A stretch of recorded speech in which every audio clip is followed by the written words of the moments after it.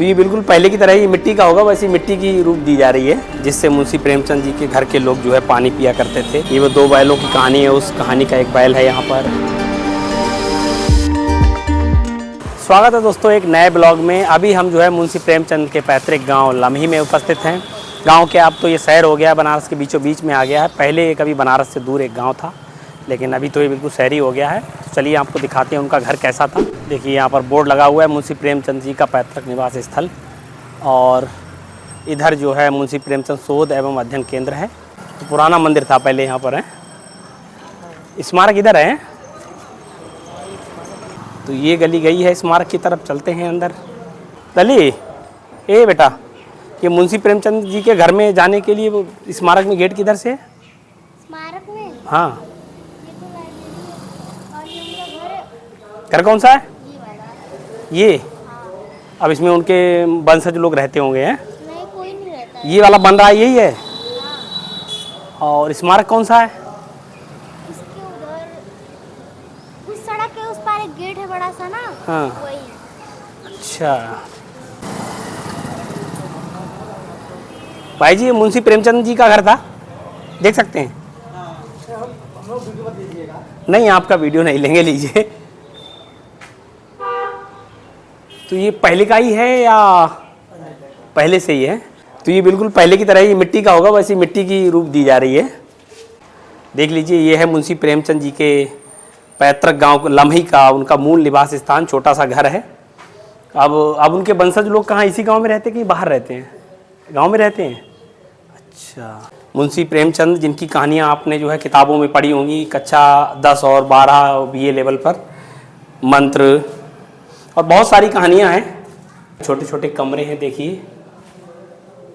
ये देखिए, एक लाइट जल रही है यहाँ पर, और ये लिखा हुआ है इस तरीके से जो है। ये कड़ी नुमा लिंटर है, और इस मकान का जो है जीर्णोद्धार कार्य चल रहा है। देखिए इस प्रकार से उस ज़माने के जैसे गेट होते थे गोल, वैसे गेट है यहाँ पर। छोटा सा मकान है, ज़्यादा बड़ा नहीं है।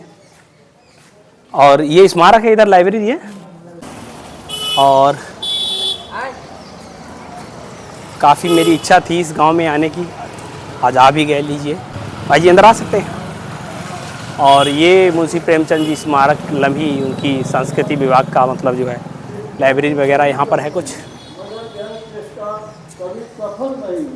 ये लाइब्रेरी है यहाँ पर। यहाँ पर बाबा जो है उनकी कोई उपन्यास पढ़ रहे हैं, कहानी।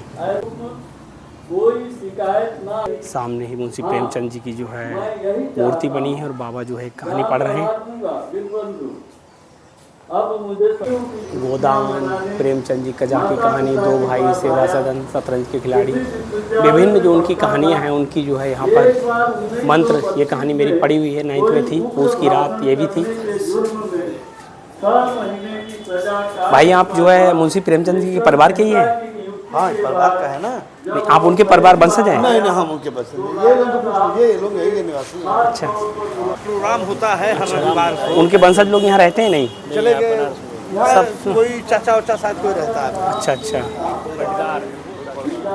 उनकी पुस्तकें यहाँ रखी हुई हैं, तो देख लीजिए। ये है उनका स्मारक लाइब्रेरी, जहाँ वो बैठकर पढ़ा करते थे। एक प्रकार से चौपाल है ये उनकी, वो घर था, ये चौपाल है। ये देखिए उनकी फ़ोटो है, 1921 की फ़ोटो है ये।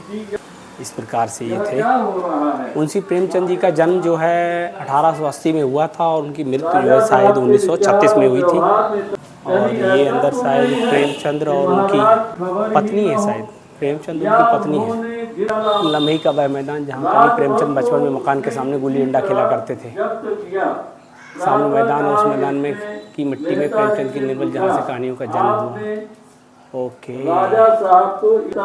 ऐसा लगता है बिल्कुल जीवंत कहानियाँ हों, सजीव कहानियाँ हों। आज भी पढ़ने में बहुत रस आता है उनकी कहानियाँ। इस मंदिर का जो है जीर्णोद्धार हो रहा है। ये मंदिर भी उसी ज़माने का है, मुंशी प्रेमचंद जी के ज़माने का। ये वो कुआं है जिससे मुंशी प्रेमचंद जी के घर के लोग जो है पानी पिया करते थे। उस ज़माने के हिसाब से रईस आदमी थे, कोई गरीब नहीं थे। घर के सामने ही देखिए कुआं। बहुत शोर और भीड़ है भाई।